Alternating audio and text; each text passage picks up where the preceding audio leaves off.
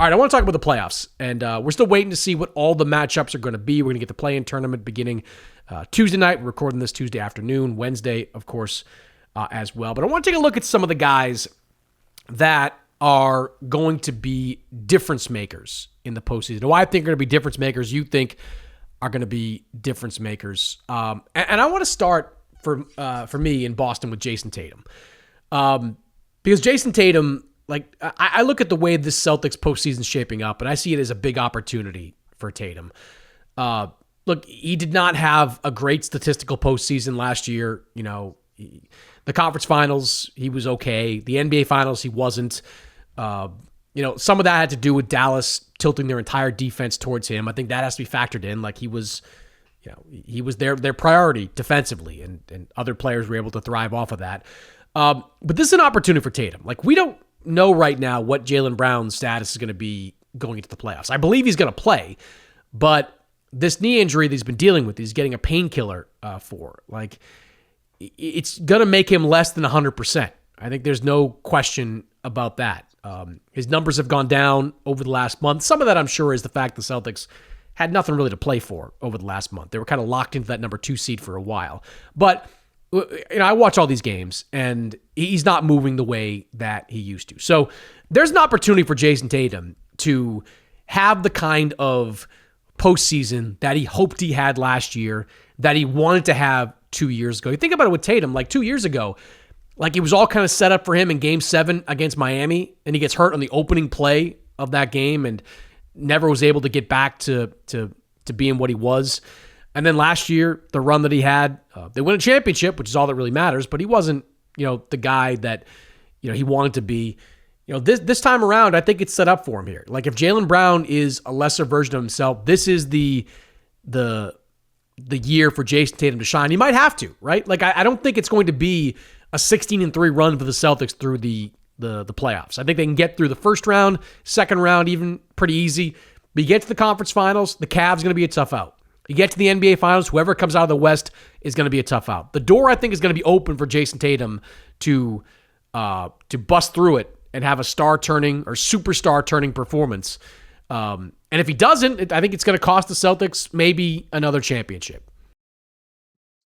Yeah, very good point. And kind of for similar reasons, I looked at Donovan Mitchell. You mentioned the Cleveland Cavaliers. They're expected to be in the conference finals to see if they can test against the Boston Celtics. I pin this on Donovan Mitchell for various reasons. It's not just because the Cavaliers have the number 1 seed and they've been, setting a lot of different regular season records, having a great balanced offense, but looking at Donovan's career itself, he led the Jazz to 5 consecutive playoff appearances when he was there, never got to the conference finals. They had the number seed twice, lost in the first round. And I think that this is obviously a good opportunity to, establish a new path. I think the other thing that's interesting, Chris, even with how dominant Cleveland has been, there have been some recent causes for concern pertaining to Donovan Mitchell. Some of it with his health, missing the last 4 games, the sprained left ankle. Now, again, I know some of that has to do with just you're trying to make sure everyone's good for the playoffs and they've got their seed locked up. But that's the thing to keep an eye on. Another thing to keep an eye on, Chris, is they went through some late season like mini struggles where they had 4 losses. And during those times, Donovan Mitchell did not score well. He, I think, shot about under 30% from the field, 16 from 3. So even with the roster construction being pretty balanced with him and Darius Garland, and then on the front court with Evan Mobley and Jared Allen, they have a lot of depth. But we've seen that Donovan Mitchell has a poor performance. The Cavaliers don't have much margin to make up for that. Yeah. When I look at the Cavaliers, the guy that is on my list is Evan Mobley. I agree with everything you said about Donovan Mitchell. You can make a similar case for Darius Garland. But Evan Mobley, to me, is a big wild card.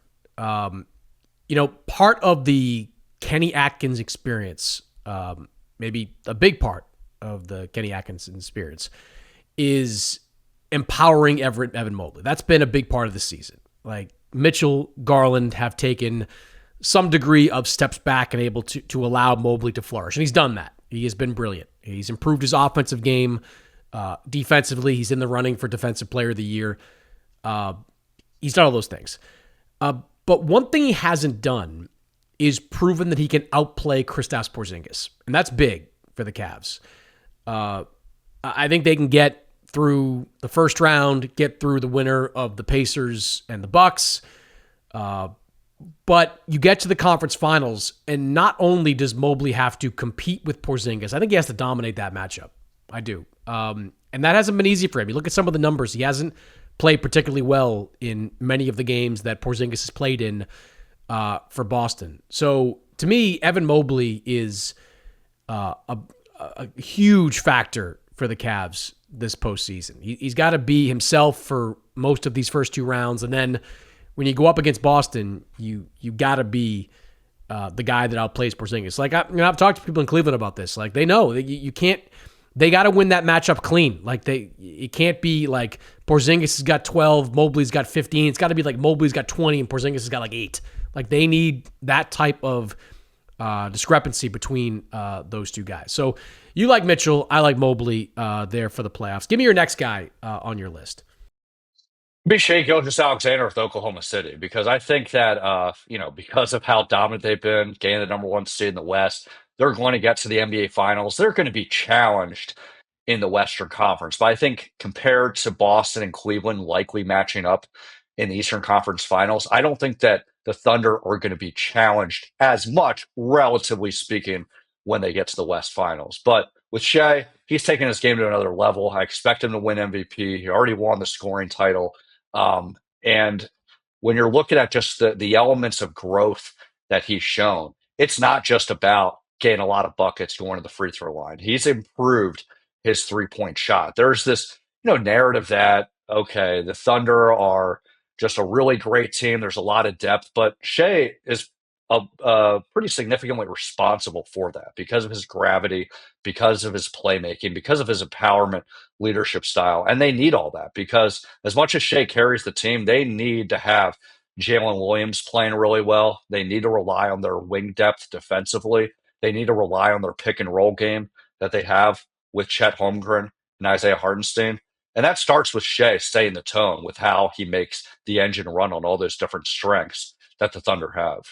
Yeah, I think Shea's got to play well, but the guy in Oklahoma City I like, or I'm thinking about, is Jalen Williams. And it's kind of similar to what we discussed with Boston, where last year, teams were actively trying to slow down Jason Tatum. And that didn't work in terms of stopping the Celtics because Jaylen Brown was ready to step up and he played a bigger role. I think that Jalen Williams has to be Shea Gilgeous-Alexander's Jaylen Brown. I think he's got to be consistent. I think he's got to be a low turnover ball handler. I think that's going to be a big part of his responsibilities in the playoffs. You look at some of the numbers, like when Oklahoma City wins, Jalen Williams is shooting 38% from three. When they lose, he's down to 31. He's got to be up there as a high percentage 3-point shooter, able to take on the scoring load, able to take on the playmaking role. He to me is a big wild card. I think Shea's going to give them what he's going to give them. There's going to be maybe some off nights for him because they get double teams and all the tricks teams apply in the playoffs. But I think you're going to get good production out of Shea. I think Jalen's the guy that is a bit of an unknown. I mean, look, this whole Thunder team is young. I mean, they're the youngest team in the NBA coming into the season. They're like the second youngest team ever to win the Western Conference. Like they've got, aside from a couple of guys, they're baby-faced, and Jalen Williams is one of them. I know he got some experience in the playoffs last year, but this is a different animal. Their expectations on Oklahoma City right now. For them to live up to those expectations, I think Jalen Williams is going to have to be big. All right, give me the next guy on your big playoff list. Yeah, it would be Giannis Antetokounmpo with the Milwaukee Bucks. I think this is a little bit of a different conversation because I don't expect the Bucks to be contending for a championship. So it's more about evaluating how do they lose or how early do they lose. The Bucks are coming off two consecutive first round losses. For them to avoid a first round loss, even if that's their ceiling, I think can be huge just as far as the clarity of the direction of the franchise and what they do in this offseason. And Giannis has obviously played at a high level and arguably even a higher level this season with his expanded mid range game. And a lot of the pressure is going to fall on him because of Damian Lillard. The fact that he is opening the playoffs, not being available because of his blood clot injury. Now, you probably saw the Bucks release a statement earlier today about his progress, and they haven't ruled anything out. For what it's worth, outside doctors I talked to said they would be very surprised if Damian Lillard would come back in time for the postseason at all, because typically players that have blood clots, they need at least 3 months of recovery on blood thinners before it's advisable for them to be back. But technically, that window hasn't been shut. But I think Giannis has to come in with the thought that he's not going to be able to rely on Damian to pick up the slack. It's going to be all on him. And, that might be enough to beat the Pacers, but the Pacers have, gotten off to a pretty strong finish after some ups and downs at the beginning of the season. But the Bucks, for what it's worth, coming off an 8-game winning streak, and a lot of that obviously has to do with how productive Giannis has been in each game. Yeah, I don't know if it's going to be enough to beat the Pacers. I mean, like without Dame, it's asking an awful lot from Giannis. It's asking him to do a ton on both ends of the floor. And maybe he can. He's carried them in the past, but that injury, illness, whatever you want to call it, is just devastating. For Milwaukee's chances to win a title, and then you open up the whole can of worms if they go out in the first round. What does that mean for the Bucks? What does that mean for Giannis? There's just a lot at stake in Milwaukee this season. My next guy is Russell Westbrook, who has just become just like a piñata out there. And some of it let's bat away at him, Chris. I mean, a lot of it's deserved. Like his play has been erratic for years. And the reality is that multiple teams have simply walked away from him.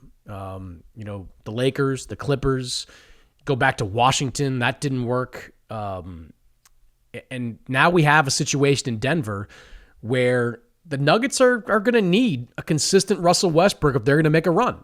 And he hasn't been consistent this year. Like he's had some great moments, but if you look at the splits in games that he's played in where the Nuggets have won, he's shooting 47, 48%. In games he's played in where the Nuggets have lost, shooting 41%. It's kind of just that simple. And look, the Nuggets are a team that, under Michael Malone at least, were probably going to heavily rely on their starting lineup. Like they were going to play these guys, 38 to 45 minutes per game, like a huge number. I have no doubt. Westbrook's got to be able to come in and give them some minutes, whether it's because of foul trouble, fatigue, whatever it is. He's got to be able to come in and give them some consistent minutes, defensively, offensively. And I talked about the stakes briefly about Giannis, but like this could be Russell's last chance. This could be it. Like how many teams have walked away, or how many more teams are going to be out there to give him an opportunity? Got an opportunity in Denver in part because Nikola Jokic said, I want to play with this guy. Like I love the cut of this guy's jib. I love this guy's mojo. I want to, play with Russell Westbrook. Are there other guys out there that are going to say that? Like, I don't know. I don't, not as far as I can tell. So, this to me could be Russell Westbrook's last stand. Like if he can put together some consistency, not have some of those brain farts on the defensive end, and be able to be a reliable, guy off the bench, he could prolong his career, prolong the Nuggets season. If he lays an egg in this first round, we might be talking about the end of the line for Russell Westbrook. Yeah, no, it's a very good point. And I think this ties to what I was going to talk about with Kawhi Leonard because of how strong he's played and healthy he's played. I wouldn't be surprised if the Clippers eliminate the Nuggets in the first round. I mean, I'm also looking at this through a different prism. It's not championship or bust expectations because of realistically where they are. But Kawhi has a real opportunity that he actually could get through this postseason healthy. And that's something that's never happened during his time with the Clippers. I mean, Chris, you may recall 29-20 season, the 2020-21 season. He had went through both of those seasons on load management, different restrictions throughout the season. Then the 2021 playoffs had the ACL. Next season, missed it completely. And then the past two postseasons, he was always nursing an injury late in the season. Here, nothing's guaranteed because of Kawhi's injury history, but his injuries this season happened at the beginning of the season when he was missing the first 34 games to manage that right knee inflammation that happened during last or toward the end of last season that carried over in the first round loss against Dallas, caused him to miss all of Team USA with both training camp and the Olympics itself. Uh, for the past 2 months, he hasn't been on minutes restrictions. He hasn't missed significant chunks of time other than occasional back to backs. So this is a real opportunity for him to show that what, I can finally have a clean bill of health. It might not be enough to get a deep playoff push beyond maybe upsetting Denver in the first round, but it could at least provide some comfort level heading into next season that they don't have any question marks about how Kawhi's health is during the offseason. Well, if they go on the first round, there's going to be a lot of questions this offseason. Like, this is not a team that can afford a first round exit. And I'm actually surprised that of the Clippers players you're talking about, I mean, I get the Kawhi stuff because Kawhi has not been healthy in recent years.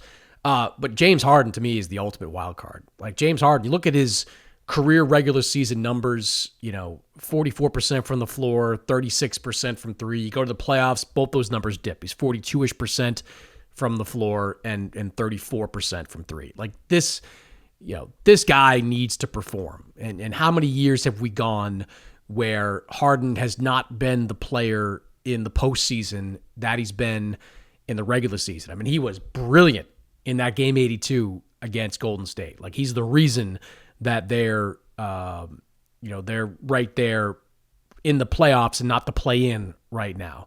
But there's a lot of pressure on James Harden. Like, he's got to be the same guy, the all NBA level guard, making plays offensively, being a playmaker. Like, he can't afford another disastrous postseason. Like, that to me is for sure. The last guy I want to talk about is Amen Thompson. And it might be surprising to see a guy this young kind of on my list, but the Rockets are the number 2 seed. And, they got into the playoffs in large part because they are an elite defensive team. And even though Dylan Brooks is the biggest name defender on that roster, you can make a pretty good argument that Amen Thompson is the best defender on that roster.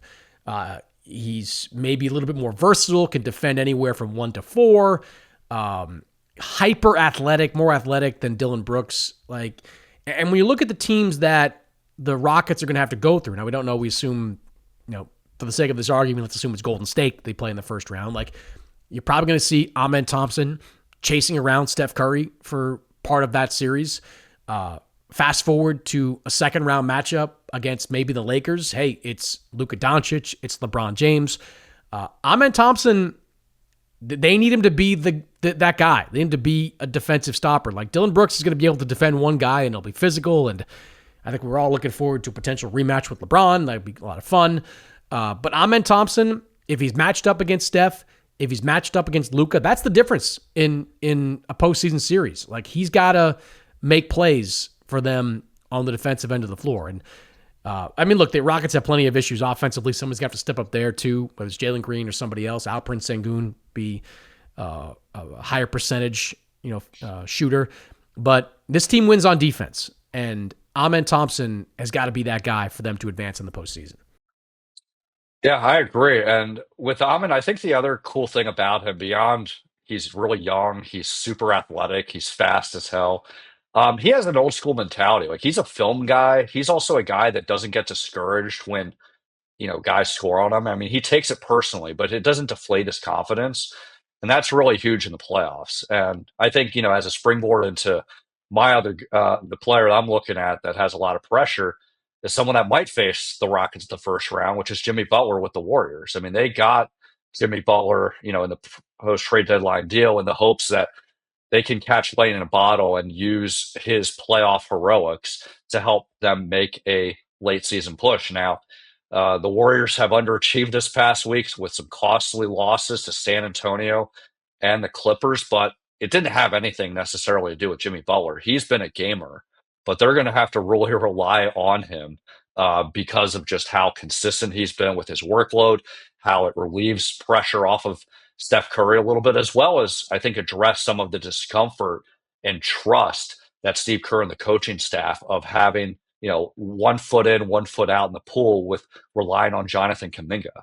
Well, Jimmy Butler's been very consistent with how he's gotten to the rim, gotten foul shots, really playing off of Steph Curry with his gravity. And they're going to need every minute of it against Memphis and the Rockets, if presuming they advance. Yeah, and Golden State, like, among the reasons to believe in them is that they've got a bunch of guys that have proven that they're better in the playoffs than they are in the regular season. And Jimmy Butler's at the top of that list. Whatever Jimmy Butler does in the regular season, it's usually amplified significantly in the playoffs. Playoff Jimmy is a real thing. Same thing with Draymond. To a certain degree, same thing with Steph, was also great in the regular season. Like, they're counting on these three guys all over the age of 30, some, in the case of Draymond, mid to late 30s, and Steph, I guess. All of them really. they're all kind of old. Like, counting on these guys to be able to, go through a 2-month playoff run and be better versions of themselves than they were in the regular season. So it's asking a lot, especially when, Jimmy, like, in a lot of lineups, he's going to be power forward. Like, if Draymond's at the 5, it's going to be Jimmy Butler hanging out there as a 4. He's going to have to rebound. He's going to have to defend. He's going to be physical. It's asking a lot. Like, this would be if Golden State can make a long playoff run, it would be a pretty impressive accomplishment given the age and the state of their roster right now. But like we said, those guys are good playoff performers. There's no doubt about that.